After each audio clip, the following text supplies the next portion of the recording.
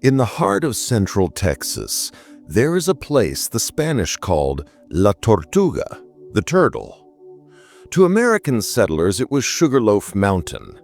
But to the people who were born of this land, it has only one name, Naton Samox, Red Mountain.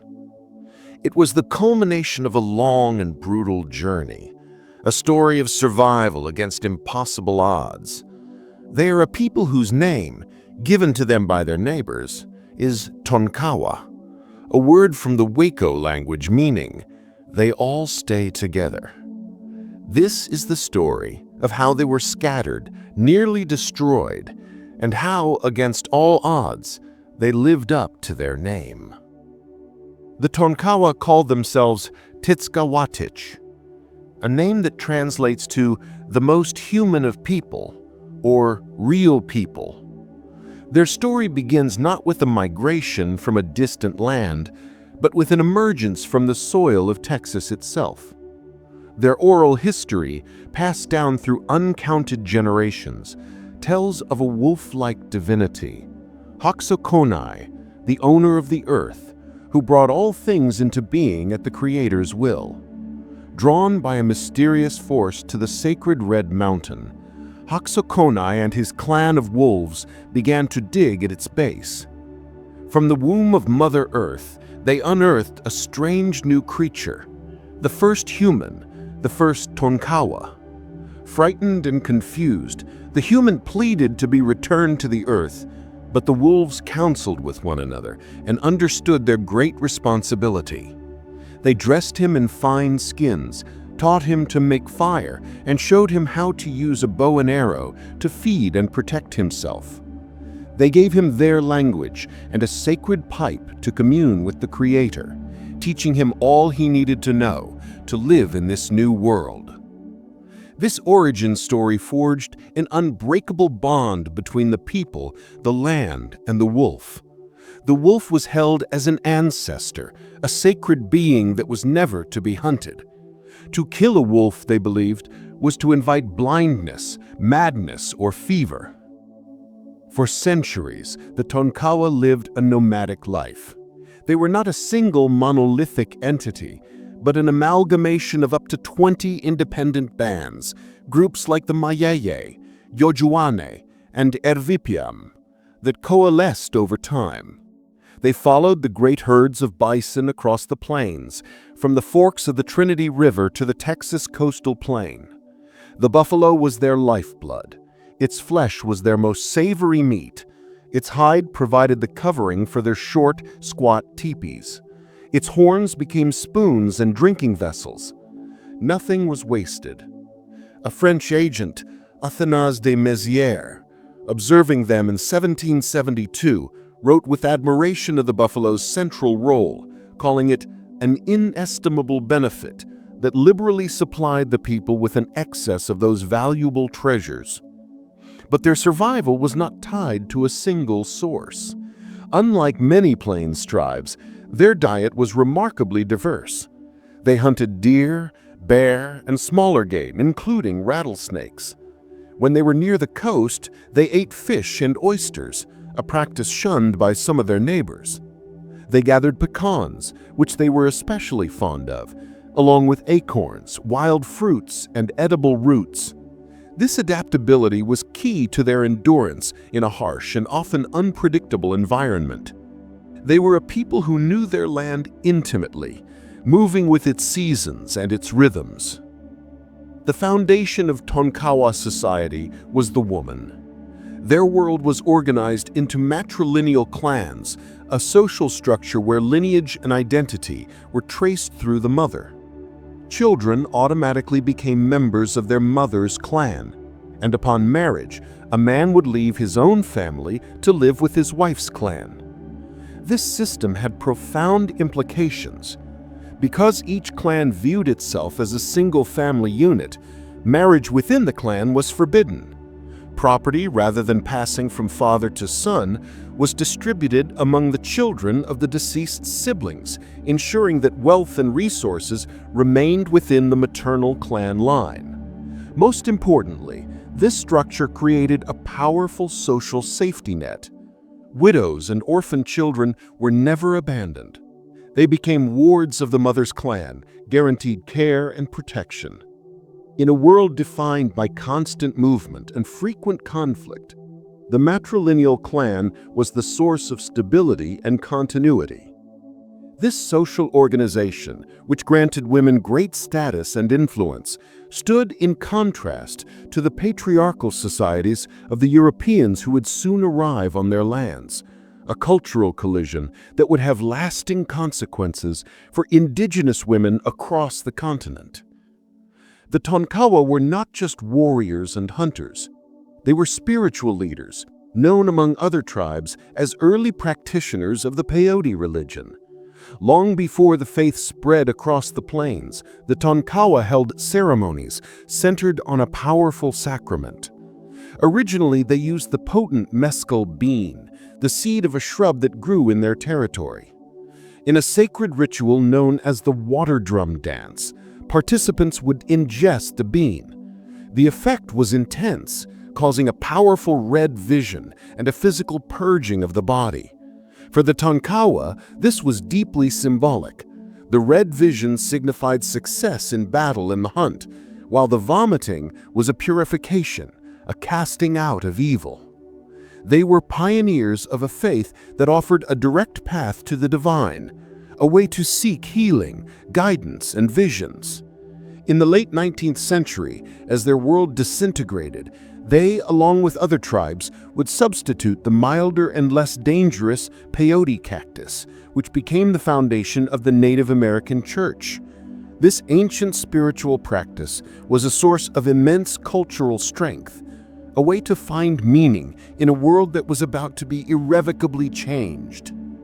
This combination of a unique origin story, a language with no known relatives, a matrilineal social structure, and a distinct spiritual tradition gave the Tonkawa a profound sense of self.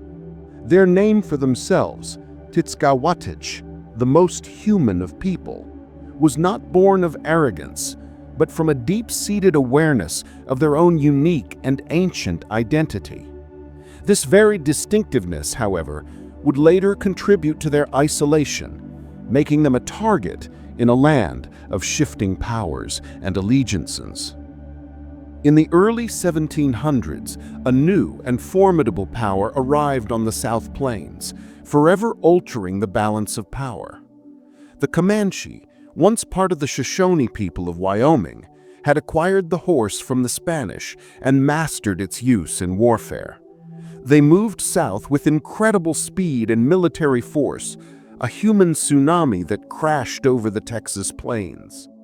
They drove the Apache, who had dominated the region for generations, from their ancestral lands, creating a vortex of violence and displacement that engulfed every tribe in the region.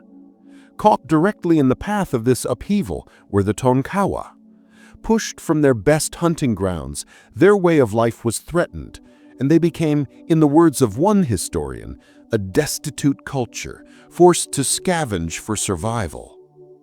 The arrival of the Comanche marked a new and brutal era, one defined by constant warfare and a desperate struggle for existence. In this violent landscape, the Tonkawa earned a fearsome reputation. Neighboring tribes and later Spanish and French observers described them as warlike, dishonest, and even innately evil. But the most damning accusation, the one that would follow them for generations and be used to justify their slaughter, was cannibalism. They were known universally among other tribes as the man-eaters. There is abundant historical evidence to confirm that the Tonkawa did practice a form of ritual cannibalism, consuming portions of their dead enemies in ceremonies, likely to absorb their strength or courage. However, this practice, while shocking to outsiders, was not entirely unique on the violent frontiers of the world. What was unique was how this cultural trait was weaponized against them. The charge of cannibalism became more than a description. It became a political tool, a mark of outlawry that branded the Tonkawa as pariahs and provided a moral justification for their persecution. It was a moral pretext for a deeply political conflict. Survival in this world demanded pragmatism, and the Tonkawa became masters of the shifting alliance. Their alliances were not based on sentiment, but on a cold calculation of survival. Initially enemies of the Apache, who had first pushed them from the Buffalo Plains, the Tonkawa allied with the newly arrived Comanche and Wichita. In 1758, in a rare moment of intertribal cooperation, a force of some 2,000 warriors from these allied tribes descended upon the Spanish mission at San Saba, which had been established for their mutual enemies, the Lipan Apache. They destroyed the mission, sending a clear message to the Spanish about the new power structure on the plains. But this peace between rivals could not last. By the early 19th century, relations had soured completely. The Tonkawa had become bitter enemies of the Comanche, and, in a stunning reversal, found themselves in a new, uneasy alliance with their old foes, the Apache. Every treaty, every raid, every decision was a gamble in the high-stakes game of survival on the Texas frontier. Into this crucible of conflict stepped a leader who would define his people's destiny for half a century: Placido. His Tonkawa name was Hashukana, a name that meant "can't kill him." Born around 1788, he was, in a profound irony, the son of a Tonkawa warrior and a Comanche captive woman. Yet Placido would become the Comanche's most relentless and effective enemy. He rose to prominence during the long expedition of 1819, fighting against the Spanish, and by 1823, he was acknowledged as the head chief of the Tonkawa people. Descriptions from the era paint a picture of a towering figure of majestic bearing, a master horseman, and a brilliant strategist. Soon after becoming chief, he forged a friendship with the leader of the new Anglo-American colonies in Texas, Stephen F. Austin. This relationship would become the cornerstone of Tonkawa foreign policy for the next 40 years. The alliance between the Tonkawa and the Texans was a matter of pure pragmatic survival for both sides. The fledgling Texan settlements were scattered and largely defenseless against the swift, devastating raids of the powerful Comanche. The Tonkawa, meanwhile, were facing annihilation, squeezed between the Comanche and other hostile tribes. They needed each other. This was not a simple case of Indians helping whites, but a sophisticated military and political partnership. The Tonkawa, under Placido's leadership, became the eyes and ears of the newly formed Texas Rangers. Their intimate knowledge of the land, their unparalleled tracking skills, and their understanding of Comanche tactics proved indispensable. In return, the Texans provided advanced weaponry, logistical support, and a powerful political shield. This symbiotic relationship created a formidable fighting force, allowing the Texans to project power deep into Comancheria in ways they could never have done alone. Placido and his warriors were not just auxiliaries, they were essential partners in the defense of the Texas frontier. The strength of this alliance was tested in the crucible of battle in August 1840. In retaliation for the Council House fight in San Antonio, where Texan officials had killed a delegation of Comanche peace chiefs, a massive war party under the renowned Chief Buffalo Hump swept through Texas. They sacked the town of Victoria and burned the port of Linville to the ground in what became known as the Great Raid of 1840. Laden with thousands of stolen horses and immense quantities of plunder, the Comanche war party's retreat was slow. This gave the Texans time to mobilize. At Plum Creek, near modern-day Lockhart, a hastily assembled force of Texan militia and rangers, guided by Placido and 13 of his best scouts, intercepted them. In the running battle that followed, Placido became a legend. One Texan who fought that day recalled his awe, writing that Placido was the soul of untutored honor. A braver man never walked the soil of Texas. The Texans and their Tonkawa allies routed the Comanche, recovering much of the stolen goods and dealing a significant blow to the raiders. The victory at Plum Creek was a defining moment. cementing the deep and bloody bond between the Tonkawa people and the Republic of Texas. The alliance that had been the Tonkawa salvation would ultimately lead to their ruin. In 1859, despite Chief Placido's strenuous protests, the Tonkawa had been removed from their lands in Texas and relocated to a reservation near Fort Cobb in Indian Territory, modern-day Oklahoma. For the first time, they were living as neighbors to the very tribes who despised them: the Comanche, Kiowa, Caddo, and Delaware. When the American Civil War erupted in 1861, the United States Army abandoned its forts in Indian Territory, leaving the tribes to choose sides. The Tonkawa faced a fateful decision. For them, the newly formed Confederacy was simply an extension of their beloved Texas, their ally of 40 years. Seeing the Confederates as their only protectors in a hostile land, the aging Chief Placido welcomed the Confederate Indian agents, and his warriors continued to serve as scouts, this time for the Southern cause. In the charged atmosphere of the Civil War, this loyalty was seen as the ultimate betrayal by the many pro-Union tribes in the territory. The old hatreds, fueled by the Tonkawa's service to the Texans and the persistent rumors of cannibalism, now had a political catalyst. On the night of October 23, 1862, a large force of pro-Union warriors, a coalition of Delaware, Shawnee, Caddo, Kickapoo, Kiowa, and Comanche, descended on the Confederate-held Wichita Agency.